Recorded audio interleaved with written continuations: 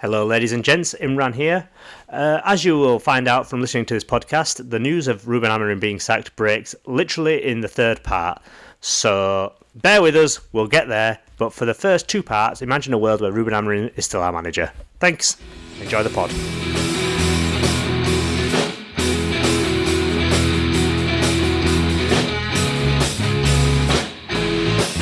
Welcome to United Hour, your one-stop shop for all things Manchester United. I'm your host, Nick. And I'm Imran. I wish a happy new year to all our listeners out there. This is going to be a mega podcast, lots to talk about. 2 matches, Wolverhampton Wanderers, Leeds United, only 2 points. But, Imran, I think we should kick off with comments that are coming out from Ruben Amorim. Both kind of all started pre-match, Leeds, but has gone into post-match, and some kind of bizarre comments from Amorim. I mean, we're a bit used to bizarre comments from Amorim, but is this a bit more bizarre than we've had before? It's a bit more... Yeah, a bit more confrontational, maybe. He's had confrontations before, but this definitely seems a bit more of an extra level to this one, I think. Yeah, definitely. I mean, there's definitely now friction in the boardroom. For anyone who's not heard these comments, as I say, the whole thing starts kind of a few weeks ago, doesn't it? When there starts being rumblings about change of formation after, for a long time, he's been saying he wasn't going to change. On this last podcast, I was very pleased. I was talking with Ushwin that he had finally started a game with 4 at the back, and we won that game. And I was kind of looking forward to say, all right, he's going to be a bit flexible. We're going to get rid of this 3 at the back that for me just hasn't worked. But then we've had 2 matches where he's lined up again with 3 at the back, and we've had 2 draws out of what, on paper, should be very winnable games. Pre-match Leeds, he starts saying that, I've come to the realisation that it's going to cost a lot of time and money for the 3-4-3 to work, and maybe I have to be flexible. I mean, first of all, to me, it's absolutely crazy that it's taken him 14 months to realise that. I could have told him that after 2 days.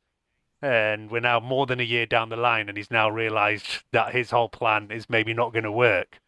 But yeah, we have to read between the lines of what's going on, don't we? But there's a lot of briefings now about the relationship between Amorim and Wilcox that we were told before was very good. He's told before about saying I'm in constant dialogue with the boardroom and the hierarchy, and we're on a right plan. And this is the first time that, even though we've had kind of outbursts and breakdowns from Amorim, that there's definitely something negative going on in the background. I mean, what's your reading of it? He's definitely upset about transfers. I think that's the big and easy takeaway. It's definite.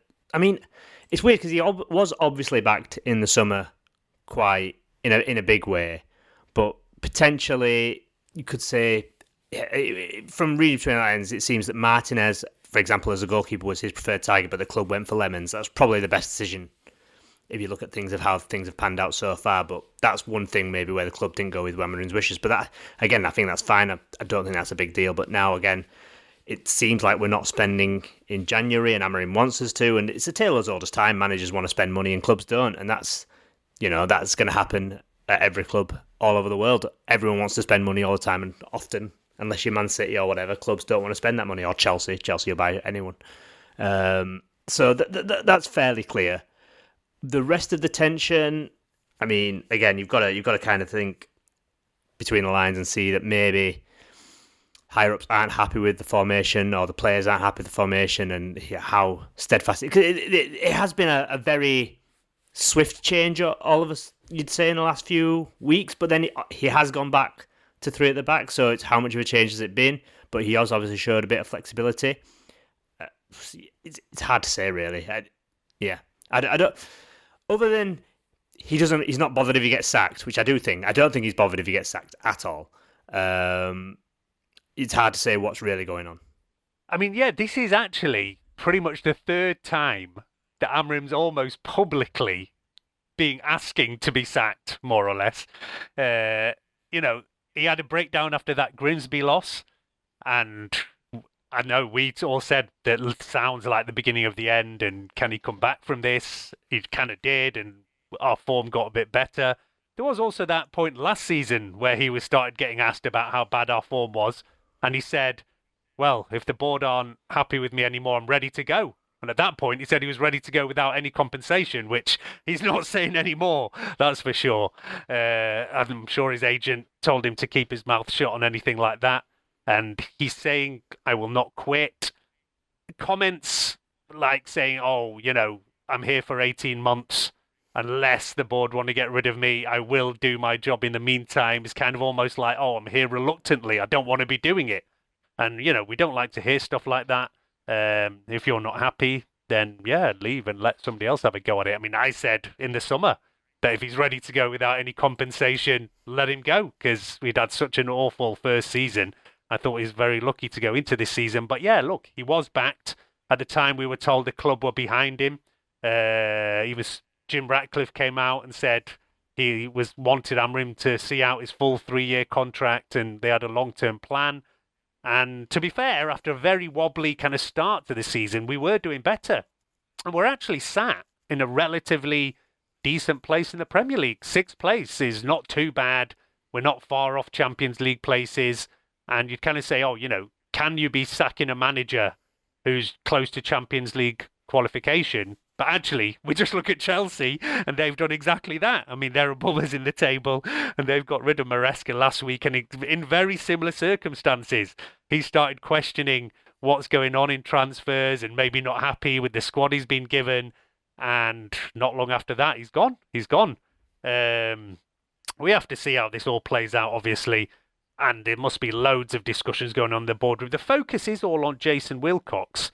But there is another guy back there as well, of course. Christian Vivell is our head of recruitment. And Amorim's... He was talking a lot about yesterday in this post-match saying, I'm the manager of this club. I'm not the head coach. And, of course, he's talking then about transfers, because a lot of clubs nowadays do just say, we have a head coach. They deal with coaching the team. They deal with picking the team. And somebody else entirely is dealing with transfers and recruitment. But apparently Amorim thinks that is not his role, that he is in charge of recruitment, he is in charge of players, and that Christian Vivell, who is officially our head of recruitment, was not actually in place when Amorim came. Amorim came November 2024. Christian Vivell was kind of around as a consultant to the club. It wasn't until February 25 that he was permanently made head of recruitment. So, things do change at the club. And Amorim might say, this is what I was told when I first came in, but things are constantly changing. And we know as well that Dan Ashcroft was in place and then is not anymore. So who knows? I mean, do you feel sympathy to Amorim, or are you more sympathetic with the club side of it? I don't feel sympathy for any of them, because I think they're all not great at their jobs. So I feel zero sympathy all round. Look, I think Jason Wilcox is fairly lucky to be in the position he's in. He's the director of football at Manchester United, having done that job for 2 minutes at Southampton. That is his whole resume. That is his whole director of football resume. A couple of months at Southampton. And he didn't come in as that role. He only inherited he didn't come in at that role. He's been promoted to it. So when Ratcliffe was talking about best in class, he was talking absolute nonsense, because I mean, he might be fantastic at the job, might turn out to be fantastic at the job, but that is not the definition of best in class, is it? So he's fairly lucky to have the job.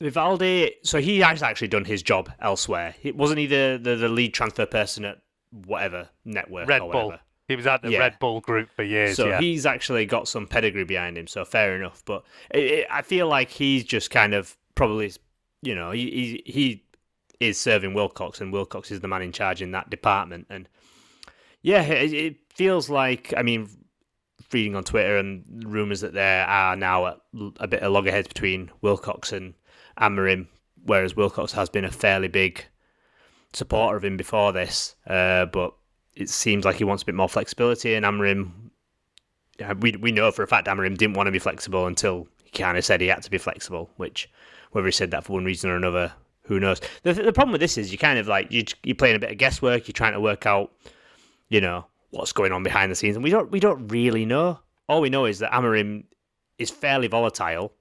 He likes to spout off whenever he can. Well, actually, the more interesting thing, I think, is what he said. He was that the 18 months comment, where he's like, he's here for another 18 months, which made it seem like that's he's here for 18 months and that's it. I'm not here for any longer. At which point, if that's what his attitude is, why are we keeping him around?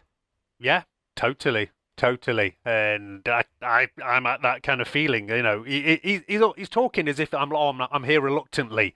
I'm not happy about the position. I've been made promises that are broken. I mean, that's clearly that for sure we are hearing from him, especially about that. Oh, I'm supposed to be the manager. I'm not the head coach. So we know that he's definitely not happy about discussions going on about recruitment.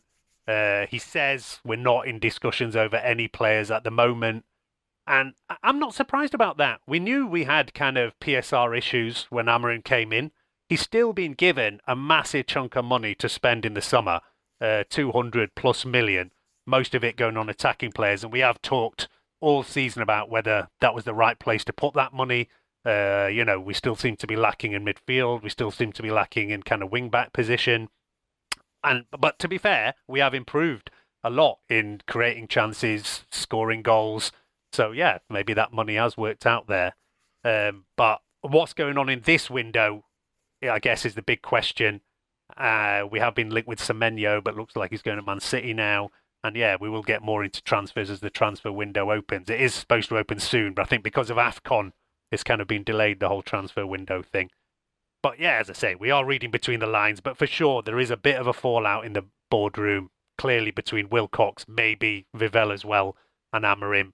And I'm not that surprised. Like I said, we weren't a stable club. We didn't have a stable structure. Things are obviously changing all the time. So on that side, I don't have any kind of sympathy with Amorim. He knew what he was coming into. He knew it was kind of a new regime under Ineos and that it wasn't going to just whatever he was told in November, 14 months ago. I don't think you can say, well, everything has to be the same now because, yeah, different people are in charge. And we know Ineos have constantly changing the back room and trying to get to where they think we should be.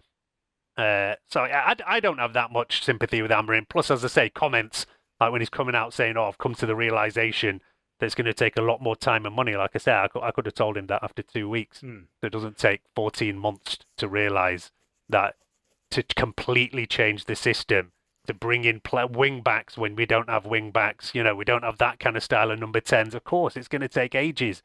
And you don't have that long. But as I say, at the same time, on the last podcast, Oshwin was trying to kind of defend Amorim and saying that he's taking a bit too much flack. We are 6th in the league, and you would have taken that at the start of the season, wouldn't you? Yes, but it's all within context because this is a poorer league than last season. So would you have taken 6? Yes, but you wouldn't have assumed that the league was as poor as it is, I guess. And ultimately, we are 6th, but we are, 3 points off 12th? Yeah, it is all very bunched up. I mean, even down to 14th. Even down 14th is 4 points. Yeah, so Crystal Palace basically it's down in 14th. So yeah, I know there's absolutely nothing between it. But we are only 3 points off 4. So things can change very quickly. The whole context of our season is basically mixed up with games against Wolves, against West Ham, and against Everton. If we win those games, which we should have done, all 3 of those games should be win. If we win those games, we are sat on 40 points, and it's a completely different mood, I think. But the reason we didn't win those games, a lot of it rests on the manager.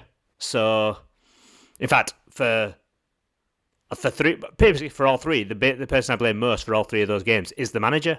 So it's a big reason why we're not higher in the league, and that is so. Yeah, you would take 6th, but we should be on more. And the reason we're not on more is because of Ruben Amorim. I said Wilcox is lucky to have his job. By that same token, Amorim is very lucky to have his job because pretty much any other club would have sacked him by now. We've seen managers get sacked for less constantly. So yeah, Wilcox is lucky to have his job, but Amorim is obviously also very lucky to have his job too. Yeah, definitely. And as I said, case in point, Maresca has gone just last week. He has done a better job than Amorim in a similar kind of time frame, and he's no longer there. So yeah, we can definitely see the other clubs. But Chelsea do also do that. They've got a long history of... Yeah, Chelsea are a basket case. But, I mean, not even Chelsea. Other clubs would have probably got rid by now as well. Yeah, definitely. Spurs got rid of Ange, and they won the Europa League, so... Yeah, we've seen it. Beating us. But look, all right, look, we have got football matches to talk about. So, yeah, let's talk about these matches. I mean, yeah, Leeds United was yesterday. I know you live in Yorkshire, so this is probably a big one for you, isn't it? I mean, it's a big one for all United fans. Traditionally, it was probably our second biggest game after Liverpool. And I actually missed this match for ages when they were down in like Championship and whatever, was happy to see them failing, but also missed that match. And you probably get a bit more of that feeling. Do you have a lot of Leeds United fans around you, or have you cut them all out of your life? Yeah, well, I work in the centre of Leeds, so everyone at work is for a start, and then a lot of people on the teams I play for are all Leeds fans. So yeah, it's big. Probably no more Leeds fans than United fans, to be honest with you.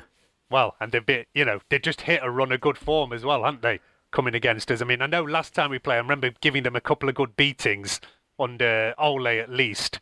And it was kind of, we were quite happy to play Leeds again. But yeah, lately they'd been in a much stronger vein of form. They'd just come off 0-0 to Liverpool and had won a few games. Dominic Calvert-Lewin was scoring. They'd rested him just before us as well, hadn't they? Yeah. And yeah, we down to bare bones a squad, so it wasn't looking good on paper. And then I feel relatively happy with the 1-1. But I don't know if we should be happy with the 1-1 against Leeds United. Is that how low our expectations are now? Our expectations are not high, but I feel okay about it. Well, I think you got to look at a lot of things. So Leeds are in a good run of form. That's one thing. Leeds were missing. So the Leeds fans I knew were fairly confident of a win, but then Ethan Ampadu got injured, and he's one of their better players this season. Basically, he kind of keeps the whole team going. So I think a few of them were like, oh, without Ampadu, not sure. But, I mean, we have loads of players missing too. So, we're good times players. And they are in a decent run of form. They just drew at Liverpool away at Anfield. Yes, it is Liverpool this season. But, that Liverpool had sort of turned a corner-ish. And ultimately, they haven't been unbeaten in 7 or something like that. Mm. So decent. I mean, most of them draws, but decent run. They also beat Chelsea at home, so it's not a gimme. It's not a gimme like the promoted sides were last season. If we had a full complement, I would say yeah, we probably should be going there and winning. But as it was, I was fairly happy with the draw. I think again, if we had beaten Wolves, if you'd come out of this period with a win against Newcastle, a win against Wolves, and a draw at Leeds, 7 points, you'd be pretty happy with that. I think it's the draw against Wolves that really colours everything. And makes this result a bit more annoying than it could be. Because ultimately, this is Leeds' cup final. This is their biggest game of the season. They hate us. We hate how much we hate Liverpool. That's how much Leeds hate us. And it is a big game for us, but it's a bigger game for them. So they were going to be massively up for it. And my worry was we weren't going to realise that, or we weren't going to be, we weren't going to match it. I watched a game. So when Chelsea went there last month, I watched that game, and Leeds hate Chelsea a little bit less than they hate us, but they really hate Chelsea as well. Leeds are weird. They're two biggest rivals of Man United and Chelsea. They don't really care about Huddersfield and Bradford, but Huddersfield and Bradford hate Leeds, so that's how that works. But yeah, they hate Chelsea. So Chelsea went there, and Leeds were really up for it from the first minute, and Chelsea just thought, oh, this is just any other away game, and they basically were outfought, and they lost 2-0 because Leeds just wanted it more than them. So that's what my worry was with this game. I thought we might go there and Leeds would want it and we wouldn't be up for it and we'd be a bit cold and they would just kind of out-battle us to a win, and that didn't happen. And I was happy with that. Like we matched them in terms of fight and battle, and we definitely weren't out-muscled in the game at all. We didn't play well. It wasn't a game of good quality, but we were competitive in the game, and, context is everything, but I was fairly happy at the end of the game. Yeah, I think I'd agree with that. You've got to be kind of happy with the effort, but there was a bit of a kind of lack of quality in this game. We have also played Wolves since we last recorded. That was the last game, December 30th, and then this was the first game of the year. We will talk about both of these games in the second part of this podcast. We will take a quick break now. But for part 2 of the podcast, we are talking about the last 2 matches. 2 draws, and I think you're right, Imran. We have to take these kind of matches together, and although we're both saying we were relatively happy with the point at Leeds, we're not happy at all with a draw at home against Wolves, and let's say, I mean, all right, to be fair, since they've played us, they have now won their first ever game. We've given Wolves all that confidence to start their season, but they were on 2 points, statistically the worst Premier League team of all time. They had lost every single match. It was the first point they'd got in ages. I think, sadly, you were at this game, weren't you? I was, yeah. I think that continues your record. Did you go to the Newcastle game? No, I did go to the Newcastle game, so I've seen us win a few times this season, so we're all right on that. All right, I was going to say, because normally you're the curse. I mean, I was at Newcastle to manage to see us get 3 points, even though it wasn't a good performance at all. We just managed to kind of battle our way and defend our way to a 1-0. And, we talked about that on the last podcast. I thought first half we were okay, but second half we hardly had anything. I remember, sitting in the Stretford end and saying hardly seeing the ball in our end. And then, we get Wolves, as I say, the worst Wolves team, the worst Premier League team of Premier League history. And we're awful. We managed just to get a 1-1. And as I say, this is the killer result in that kind of run of games. And I don't know what you can say about that. I mean, the weirdest thing, as I say, we have to talk about the formation. That Newcastle, he goes back for the first time to 4 at the back. I said on the podcast, I was so happy to see him finally be flexible. For me, it was no coincidence that we finally got a clean sheet and we defended well that day. And I could not understand then why he goes back to his 3 at the back system for Wolves, and he did again for Leeds. And that's the weird thing. He's talking about saying, I've now realised I need to be flexible. He finally did it, got a good result, and then reverts to his 3 at the back.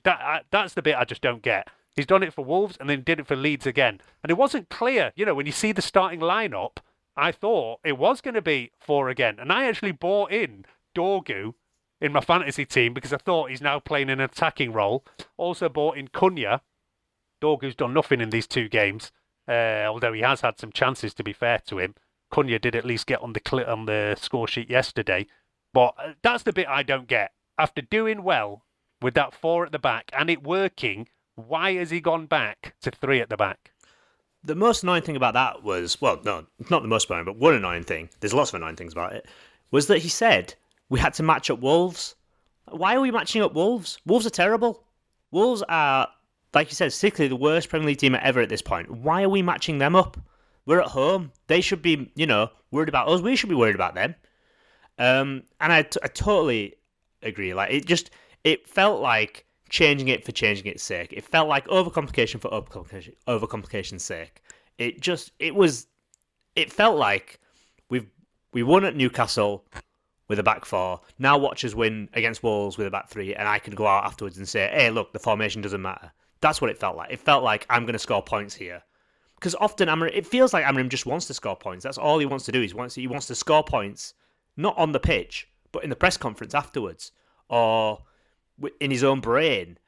He just makes things so much harder than they need to be. Overcomplicates things so much. He watches Dorgu have his best game ever for us. Ever. Easily.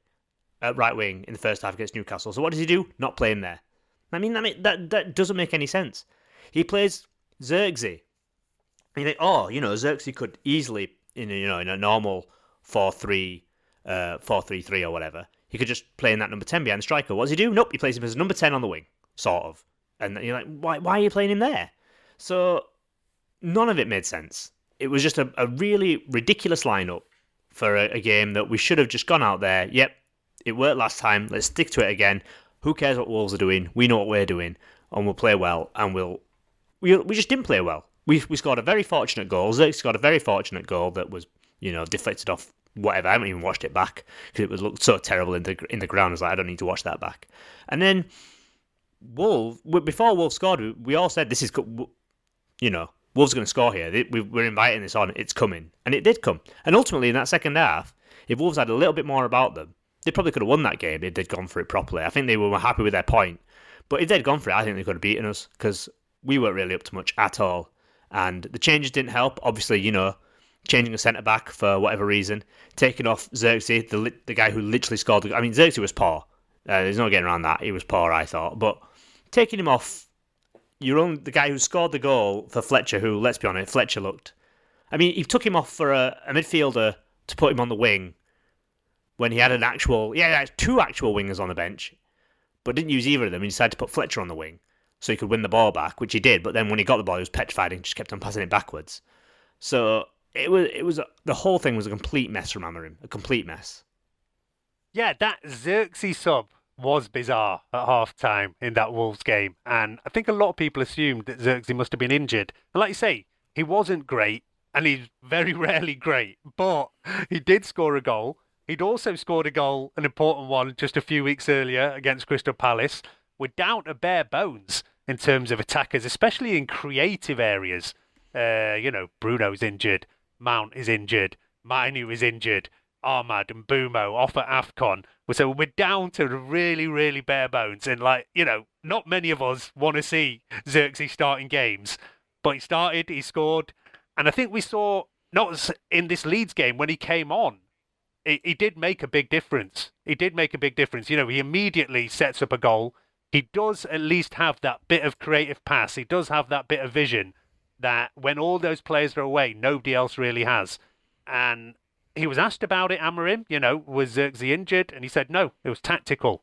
And that sub made no sense at all. I mean, I like seeing the academy players come in, and we had a crazy amount of them on the pitch at the end of that Newcastle game, and how we managed to hold on with a whole bunch of teenagers and, Tyrell Malacia back from the dead as well. I have no idea, but we did. But yeah, I think Jack Fletcher showed that he's not the one. And I wasn't surprised that we only made one sub in this Leeds game. I mean, he's given some of those youngsters a chance, thrown them in at the deep end, and none of them have really shown that they deserved another chance. I mean, the one that I did think might get another chance was Shea Lacey. As you say, we had wingers on the bench in that Wolves game, and Lacey, I thought, showed something in that Villa game. He came on and at least had a little bit of a move and a shot, whereas bizarrely then he chooses to bring on Bendito Mantato, who looked even more like a fish out of water in that game and just nowhere near ready for first team football. I mean, he's only 17, to be fair to him. And I think if you look at comments from people who follow the academy, they're as shocked as anyone else that he's bringing on him ahead of Shea Lacey. So yeah, some very bizarre subs in that Wolves game and did not help us at all. As you say, maybe we were lucky even to get the point. I mean, XG for the Wolves shows 1.13 for us, 1.22 for them. Suggests the draw is kind of fair. Wolves did have other chances. I mean, on the Leeds game, it's saying we should have done better. 0.97 Leeds, 1.95 for us. 1.95? What I mean, on Understat, I trust in Understat. They've given us 1.95. The other player, if you look at FootMob, it's a bit lower. I think they're much closer, something like, we were slightly ahead of Leeds on their things. And I think the big difference is that Understat have given big value to the missed chances from Sesko. So yeah, I do want to focus on Sesko here, because over these two games, Sesko has had more than over 2 XG, and obviously he's not scored any. And if he gets even one, we end up getting 3 points. And, the stats are saying he should have probably got 2 goals. He had a couple of half chances versus Wolves. And as I say, Understat are giving 0.4, 0.5 to his 2 chances in this Leeds game, and basically saying that he should have scored a goal here that would have won us this game. I'm slightly struggling with Sesko now. I mean, you give the person time. He's young. He's adapting to the Premier League. I have said it before, compared to other strikers who came in for similar money from other leagues as well, whether it's Voltemada, Ekatike, they're all doing better than him. He is on 2 goals, and I don't know, he's doing okay-ish, but he's not delivering goals or assists at all, is he? No, but so I'm also a bit weird on this one, because I like his general play most of the time, especially in the first half against Leeds. His general play was pretty good. Like, hold-up play was good, touch was good, passes, all that stuff, good. Then it gets into the box and it kind of falls apart a little bit. And also the fact that, he wins headers. He's a big man up top who wins headers, which is also good. He definitely needs to score that one in the second half, I think. I don't know why he tried to place that at the near post. Didn't make any sense. You either lash through it or you open your body up, and it's just a weird one. But it kind of comes with confidence, I guess. But do I like him? I do like him, and I do kind of think it'll come good. But it's not great at the moment, but he is a focal point at least, which was, in Rasmus Højlund's worst times, he wasn't a focal point at all. It was just nothing. At least Sesko is still sort of a focal point for us, and that's a good thing, I think. No, Sesko is, to be fair to him, vastly superior at the kind of back-to-goal, hold-up play. He's still not brilliant at it, but he's not okay brilliant at it, but he can actually sort of do it. And in the air, he's, decent in the air as well. I mean, I actually expect him to be better at that. For a big, physical guy, he should be winning all these balls, and he's not at the moment. But he's doing okay, as I say. I was looking actually quite closely at his stats, and he's at about 75% kind of passing accuracy, which is not too bad. He's getting a lot of the ball for a striker. 50 touches in a game. I remember we'd have games where Højlund was getting like 12 touches in the whole match, whereas at least Sesko is involved and is mostly keeping hold of the ball. Stats aren't too bad on that side, but you're not getting any key passes from him. He should be bringing in Cunha. He should be bringing in Dorgu for chances. And although he is keeping hold of the ball and recycling it, they're kind of safe-ish passes where he's going most of the time. And when he tries anything a bit more finesse, a bit more that might actually set up a chance, it doesn't come off. And most importantly, when he's getting the ball in the box, he's not finishing. I mean, maybe we shouldn't be that surprised because he doesn't have brilliant finishing stats. I think he only had something like 16 goals in Bundesliga or something last season, which is not amazing. It's a kind of weaker league and you expect bigger numbers from there. So he's not been a super prolific goal scorer. So, we shouldn't be that surprised. But I do think that Sesko might be one of the big reasons for the fallout in the boardroom as well. Because I say, Christian Vivel was at Red Bull. He had Sesko both at Salzburg and Leipzig. So he's definitely the one who's bought in Sesko for sure. And the rumours say that Amorim wanted to spend the money on somebody like Ollie Watkins. And it's a very similar situation. Watkins, Martinez, Premier League proven, but older players. Villa are going to want pretty big money for them. And it's dead money. You'll get a few years out of them and then they're leaving for free. Whereas the club in both cases have chosen to go for the younger guy with future potential, with future sell-on value. So they've gone for Lemons and Sesko over Martinez or Watkins. And I definitely think this is part of it. And I think that Amorim is going back there. The club are asking Amorim, what's going on? We're not doing well. And he's saying, yeah, well, I never wanted Sesko. I told you to bring in Watkins. And that's why, we would have won these games if we had a proper striker. Never mind somebody like Watkins. You look at somebody like Domlin Calvert-Lewin on the other side. I'm not saying we should have got him, but he was a free transfer in the summer. I reckon if Dominic Calvert-Lewin was starting up front for us, we would have won these past two matches. I think we're really still lacking in the striker area. And I know we're missing a lot of players, so we do have to give a little bit of leeway to Amorim at the moment. 3 players off at AFCON, big players on the injury list as well. But I do still think we're majorly missing in that number 9, in that striker area. And we have been for about 3 years now. If Calvert-Lewin with us would be injured, though, that's the problem. Probably. No, but I mean, Calvert-Lewin's a good... The problem with Calvert-Lewin was staying fit. And then he needs a run of games to get up to speed. Because like when at the beginning of the season, he looked like a bit of a donkey up front for Leeds, but he needs a run of games. And as soon as he gets a run of games, he'll start playing well. And then he'll start scoring goals. So he's a good player. I've always said he's a good player. He just needed that run of games, which he'll get at Leeds, and he's a good fit for them. Not for us, but that's him. And to be fair, he had that chance as well in the first half, which I actually thought he should have scored from that. Really, feels like a bread and butter chance for him when he hit the post. So you could say we got away with that one. The striker position is a problem. It just is a problem for us, and especially when. Our main striker is Šeško, who isn't scoring. Our backup striker is Xerxes, who isn't a striker, and I think he proved that. Like he was, you touched on it, but he was really good with that cameo yesterday. Surprisingly so, in the fact that his physicality was excellent, and he just needs to show that more. I don't know why he doesn't do that every single time. Why doesn't he have that physicality? But definitely off the front man, more central. He was a threat. Great pass for the goal, which to be fair, Sesko did. Start that move. I get not start it, but like it was part of that move. Played the ball into to Xerxes, who played a great pass into Cunha, and then he set up Šeško's chance as well. And then he was holding the ball up well. He was showing physicality. He was making some decent passes. So He needs to do that more often, Xerxes. But I would like to see in the next game, I'd like to see Xerxes off Sesko. I think they actually might work well together. That's what I'd like to see, whether we see that or not. But yeah, it's a problem up front, But then when Mbeumo's back, Cunha's now scoring. Ahmad obviously gets in the goals. Bruno gets in the goals.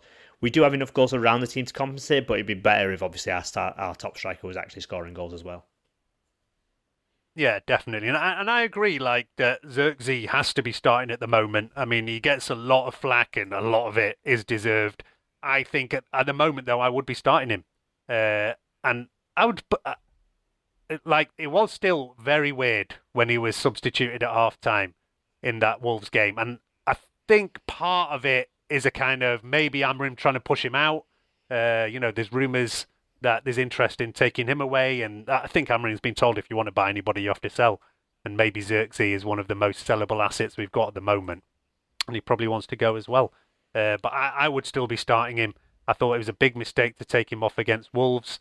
And he showed when he came on against Leeds. I mean, we started this Leeds game with 6 defenders and 2 defensive midfielders, and basically then just Sesko and Cunha. That was it. And again, you weren't sure from what was written down on paper how we were going to line up. I was hoping it was going to be going back to kind of a 4-2-3-1, but it wasn't. It wasn't. He stuck again with the 3 at the back, and it did not work for me. I mean, for me, Dorgu, you said it before, he had his best game playing in this more attacking role, which also surprises me because I've been of the opinion that Dorgu is a decent defender but lacks in attacking areas.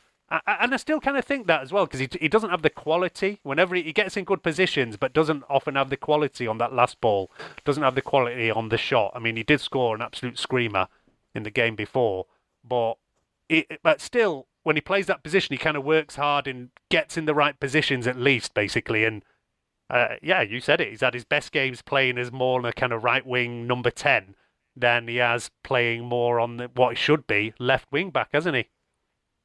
Yeah, which is it was just a traditional right wing that he had that good game with against Newcastle. Well, good half really, because then he switched, didn't he? After half time, switched to left wing back. So yeah, but we've not seen him there since. I thought he was okay in the first half. I thought he tired badly in the second half, but I still thought he was all right. But it was a right wing back role for him, which is a wing back. As wing backs go, Dorgu and Dalot aren't great. Like I said, there was nothing really that good about the performance. It was all about the actual, fight battle. I thought Ugarte had probably his best game he's ever had for us because he looked competent both on the ball and off it. And there was a lot of fight in there. Martinez was really good at the back. Heaven was good apart from for the goal, but you'll get that with a young player. Shaw looks actually robust now, which is weird. Like he goes down into things and you don't see him get injured. So the quality wasn't there, but the fight and the actual aggression was there, I guess. So that's kind of the positives of the game. It was also Amorim's most normal game as a manager because he made one sub. It was a centre back, but he actually put a forward on, and then he didn't as soon as he did that, I thought, oh, he's going to change everyone around here now. He's going to put Dorgu at left wing back, Dalot at right wing back, move Shaw inside, but he didn't actually. He just moved Dalot in and kept Shaw out left wing, and then kind of kept things the same. So it was probably his most normal game he's had as well. Normal in a way, but I would have preferred if he'd then gone to 4 in the back, which he could easily have done at that point by taking out Yoro. But he still wants to stick. We're asking too much there, Nick. Oh yeah, maybe. He did do it before. I can't remember. Was it Wolves last time or West Ham? It was around that period where kind of mid-match he then switched to a 4. So he has done it before. And I was hoping he was going to do it again because I think this team will be way better. And why he's still sticking with this, even when he's talking about it, I don't know. I think it's almost like a stubbornness. There's discussion clearly going on between him and Wilcox. Wilcox, we know, is involved in kind of tactical, formational type talk with Amorim. And, you might question, is Wilcox got the CV, got the background to be talking about these kind of things? But whether he has or not, he is given that role. And for sure, there's discussions going on between them about it. And, the reports coming out in the press are that Wilcox has told him he should be more flexible and that he should be playing 4 sometimes when it calls for it, especially with loads of players missing. And I agree. That's why I don't have any sympathy with Amorim. I think he should be playing 4 in the back. I think the one time he did it, it worked. And why he hasn't done it again, I don't understand. And, Dorgu has now played kind of 3 matches, 3 completely different positions. Because Newcastle, he was playing right side off a kind of 4-2-3-1.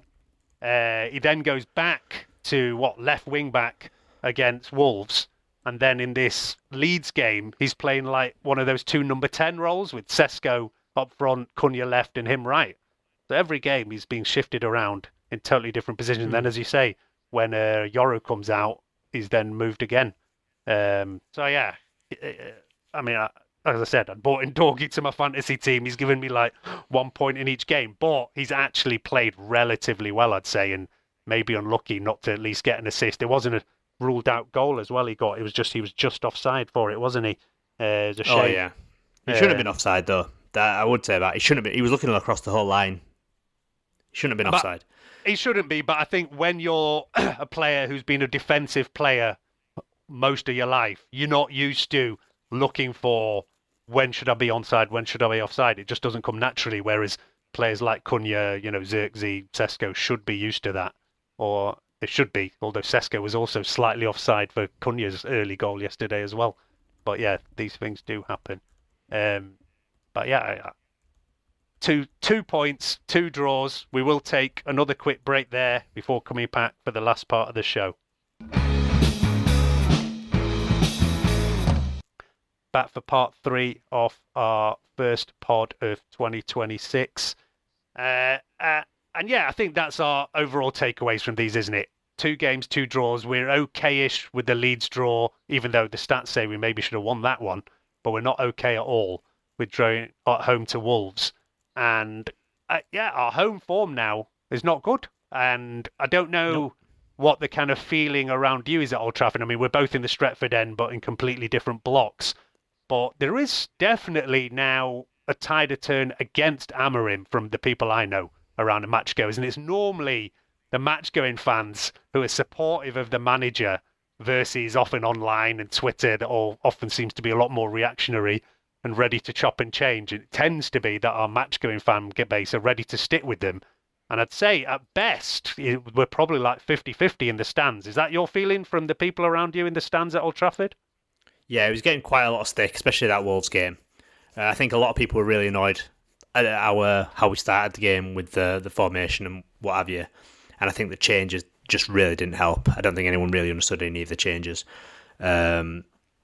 So yeah, there's not a great deal of support, I would say. I think people are a bit frustrated with what he's showing. But like I said, he just makes it harder for himself. But like you said, like I said, he just makes it harder for himself with these nonsensical things that he does that seem unnecessary. Whoa. David Ornstein has said that Man United have sacked Ruben Amorim. What? Oh my God! Should we cut down? No, let's keep it in. Okay, yeah, live on the podcast. We are getting the news that Ruben Amorim has been sacked. It's not 100% confirmed, and like I say, we're not prepared for this. We were prepared for talking about Amorim and him continuing on there, but yeah, it sounds like the hierarchy are not happy. At the same time, if it is true, I wouldn't be that surprised, because I was going to say earlier, if you look at the kind of track record of Ineos, especially at Nice and other clubs, they're not a stable clubs at all. They're constantly chopping and changing. So, when we got in and changed director of football, I wasn't that surprised. And I was more surprised when Ratcliffe and all were saying we're going to stick with Amorim, we're going to give him time. Whereas I say, if you look at the track record of Ineos, they constantly chop and change if they're not happy with people. And I can see somebody like Ratcliffe just saying, comments like that, no, not acceptable. See you later, mate. So I wouldn't be surprised at all. But then now we're into a chat that we're not that prepared for of who is the next guy. I mean, we did have a bit of this chat around October time when we thought Amorim was going. And Glasner was top of the list. Areola talked about. But I'll always say, I'm always, what I'm going to say, bring back Ole. Bring back Ole, Imran. It's time. It's time. Fletcher is the interim. It says. And yeah, wow, I'm reacting. You did a lot better reacting to this than me because I definitely wanted him to go, but I definitely wasn't prepared for it. It must be it can only be because of the comments. It can't because of the results because they haven't cared about the results up until now. Yeah, no, and results-wise, we're in the mix for Champions League. Players away at AFCON, a lot of injuries. You say you're okay. I mean, we know it's a congested league, we said, but you can't complain about where we are in the league. And as you say, as the players come back, we should do better. But it is clearly about a fallout in the boardroom, a fallout. If that relationship between manager, director of football, head of recruitment is broken, then yeah, that's the end of it. And that's what's happened to Maresca. That's why he's gone. So yeah, two very similar situations. Why they're going, as I say, this is live. You're hearing it. We could rip up this whole podcast, do a new one, but we're not going to because we haven't got time for it. So yeah, you can listen to it all before. But yeah, as it sounds live on here, it seems like Amorim is done. I'm not sad about it. As I said, I actually thought he should have gone in the summer, and a lot of things are going. And as I was saying, the match-going fan base have slowly been turning against him anyway. And comments like that will not help him. It'll probably be the next podcast where we go deep into who is the next option, and maybe there'll be some announcement already. I know we were even linked to Maresca. I hope it's not him. I don't really want it to be him. No, I know Ashwin's a big fan of him for some reason. I'm not sure what the reason is, but I can't even start processing of who it is. I just find it crazy that it's. What does it say about the club that it's not the results on the pitch that matter? It's what you say in press conferences that matter. Like, some very fragile egos at play here. I do think. Obviously, there's a breakdown in the relationship. How can you continue? But I do think. I mean, Amorim's ego obviously is tied to his formation, and that got bruised all the time. I don't think it doesn't sound like Wilcox is taken too kindly. It's been slagged off. But people slag off the board all the time, and they don't get. I mean, has he? I'm trying to think. This is the first time he's actually spoke actively out against him, hasn't it? Yeah, definitely. As I said before, this is like the third time he's had a kind of breakdown and almost offered to resign, stroke getting asked for the sack. But this is the first time he's quite openly gone against the board. When he's talking about, I am the manager, I'm not the head coach. It was pretty clear what he was saying there. He was saying he was not happy about his role. He was not happy about what was going on around him. And he was clearly being told what he needed to do in recruitment side and maybe formation and tactics as well. And he was not happy about it. It's absolutely clear. And it looks like that has led to the end of him. As I say, yeah, we have no idea at the moment who's coming, who's going after that. And yeah, it'll probably be the next podcast. But, initially with this news coming out, I'm not that sad about it. And I normally have always been the one who is sad. I was sad to see the end of Erik ten Hag. I was sad to see the end of all. I'll go back to Louis van Gaal, that I was also sad to see the end of. The only one I was not sad was David Moyes. He was the only one. And Jose as well. I was I'm ready to see the end of him as well at that time. But still I was a little bit reluctant to see the end of Jose as well. The only one was David Moyes. And now, yeah, looks like Ruben Amorim is done and dusted after basically, I guess, 14 months in the job. Yeah, I'm not sad about it. I had a lot of hopes when he came in. He was the big thing in Portugal. I knew he played a different formation, but I wasn't expecting him to be that wedded to it, I guess, or for it to just not work. I mean, ultimately, from the time we've had of Amorim, to me it seems that to play well, he needs literally the best players in the world in every position for it to play well, which is not how any football club should be run, really. The manager should be able to improve what he's got, bring in players, and they don't even have to be the best in the world it brings in, but then get them up to that level. But it feels like, to me, Amorim needs the best player in every position to play well. So yeah, it wasn't working. It didn't. We said it since the Grimsby game. It was a manager's never come back from that I can recall at a big club. And ever since then, it feels like we're just kind of wasting time, spinning our wheels. It annoys me that it was the right decision to sack him, but it was the right decision to sack him months ago. And it's a bit annoyed me that we've wasted so much time. Luckily, we are in a good position in the league, you have to say. If if you hadn't have said this, we'd probably waited too long, and I think probably lost out on Champions League football because we keep on dropping points in daft games. But now we're actually, we're sixth. We are 3 points off the top four, and this could actually be a great thing for our season because we have some decent players. And if you put them in a decent formation with a decent approach, who knows what could happen? I have no idea who's going to come in. It says Fletcher's an interim. I don't know what if that's just caretaker or what. I can't imagine it's going to be Darren Fletcher till the end of the season. If that's the plan, then that is also daft. So, yeah. Wow.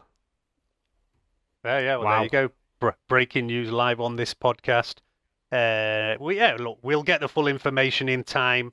We said it early on this podcast anyway, that the big thing that we couldn't understand was how he played 4 at the back against Newcastle, did well, and then went back to his 3. And that ultimately is going to be his downfall, being too stuck to a system that quite clearly, week in, week out, was not working in the Premier League. And I've said it as well on this podcast, that it's not down to the players. We've got loads of really good centre-backs, loads of them. It's like our strongest area of the pitch, so that he cannot get 3 of them working well, and that we've only managed to get 2 clean sheets in the whole season, is where the whole thing has fallen down, basically, defensively. And, we gave him a bit of credit for the attacking side, but if you spend 200 million on attackers, then you better damn well be better on the attacking side. So, yeah, how much credit he gets for that either, I don't know. And, yeah, that's it in the end. What's been his downfall is the whole system thing, is saying this is the only way I'm doing it. And we didn't even mention that he came out with an absolutely weird comment as well about the system the other day since we've last recorded, where he said, the main reason I didn't change my system before was because all of you pundits and press kept telling me to change it. And then if I did that, the players wouldn't respect me. So that's absolutely stupid as well, because he was basically saying that he knows that he should have probably been more flexible and that he should have changed the system last year and that we would have had better results. But he didn't do it because he thought he would look weak. And it basically meant that, our whole season last year was nearly a write-off, basically, because of that. Because he kept sticking to his 3 at the back, wing-back thing, which has not worked at any point. And that's it. That has seen the end of him. That he couldn't be flexible. Too little, too late. One game where he starts 4 at the back, and then he still went back to his 3 after that as well. And that ultimately is where he's gone. Again, I'd say it's not a coincidence that both Chelsea and us are making a change just before the transfer window opens as well. Because if you're not sure about a manager and you're going into a transfer window, you either do nothing, which kind of can hurt the club because you're like, I don't want to get the players that guy wants because the next guy might not want him. Or you get rid of him and then say, all right, the next guy. And it seems like the club as well are moving towards a model where it will just be a head coach who has to accept what players he's given by Wilcox, by Vivell, and they will be in charge of the players coming in. And I'm okay with that as well, because, you don't want to throw hundreds of millions behind a manager who might then get sacked and then you go back to square one on recruiting. And I think we're okay with the players who've come in. I think it'll be fine for any manager. I think players like Dorgu or whatever are probably going to be better fullbacks than they are wing-backs anyhow. Sorry, what was the question? I'm reading news. I was just saying, do you think it's a problem now with the squad as we go into this transfer window? Have we bought too many Amorim players for the next guy? No. And I'll say, I don't think we have. The point was that we the players we bought, we made sure that they weren't just for. We didn't buy any specialist wing backs. We bought a couple of number 10s, but they can all play on the wing. We didn't buy anyone who was specifically fit for this system on purpose, I feel like. And yeah, this squad is suitable to play. I mean, we have a lot of good. You said we've got a lot of good fullbacks, centre backs. We've got a lot of good fullbacks. Mazraoui is a really good fullback. I reckon Dorgu will be a much better fullback. Luke Shaw is a really good fullback. These are not good. Even Dalot. I mean, Dallow's not great, but he's a much better fullback than he is wingback. I think anyone can see that. So we've got much better fullbacks than wingbacks. So that'll immediately make us play better. We've got wingers. We've got Ahmad can now play on the right wing. Fantastic. Mbeumo can play on the left right wing. Fantastic. Cunha can play on the wing. These are all wingers we can play. We don't have to worry about Ahmad playing at wing back anymore. He can play as a winger. If anything, we've got too many now because you got Ahmad, Cunha, Mount, and Mbeumo all playing for maybe two different positions, and that's fine. That's what you want. You want a good competitiveness in the squad because we want to be able to rotate and stuff. So yeah, and I mean, it's only positive for me. I actually fancy us to get Champions League football now that he's gone, because we were never going to be consistent under him. We were never going to build up a collection of results under him. You could, 2 wins in a row? That's the most he ever got. Once. That, we could actually maybe, if we sort ourselves out, we get a good manager who actually is decent, we'll go on a much better run. Yeah, no, I actually think the squad is more suited to like a 4-2-3-1, 4-3-3, something like that. I think we have the exact right players for it, and I think we did show that in the one kind of game, and especially when the other players come back. All right, look, we should round off this podcast. You mentioned Ahmad Mbumo. Let's give a quick shout out to AFCON, which is ongoing at the moment. I know you have a kind of South African connection. They went out last night, didn't they, to Cameroon? Annoyingly, they should have. They started the game really well. Should have, capitalised. Then Cameroon kind of scored, and then that was it. Then Morocco also went through. Unsurprisingly, they are the favourites for the tournament, being the home nation. And the next round there will be Morocco versus Cameroon. So one of Mbumo and Mazraoui will be back after that game. They won't. Obviously, we're recording this on Monday. We're playing Burnley on Wednesday, and then we've got Brighton in the FA Cup on the weekend. I don't know when that game is actually, but it's not before the weekend because they're still playing round of 16 at that point. So don't think either of them will be back for Brighton, but they will be back for the Manchester derby, one of them the week after, probably Mbumo. I'm expecting Morocco to win that. Ahmad is playing his round of 16 game in 2 days' time. Ivory Coast, our favourites, will probably go forward in that, so we're not sure when he's coming back. Ahmad has been smashing it, in fact, just to shout out. He's another player that I think under Amorim has been played totally out of position, done all right with it, and I think he'll absolutely thrive if he's put back in a right kind of wing or number 10 role. He's had 2 Man of the Match awards at AFCON playing in his, what I'd say, natural position. And then he was rested in the third game. Ivory Coast nearly messed that up, actually. They rested a load of players, nearly lost it, but then threw them back on, won the game, and did finish top of their group. I am flying out to Morocco myself later this week, hoping to go to quarterfinal in Marrakesh on the weekend.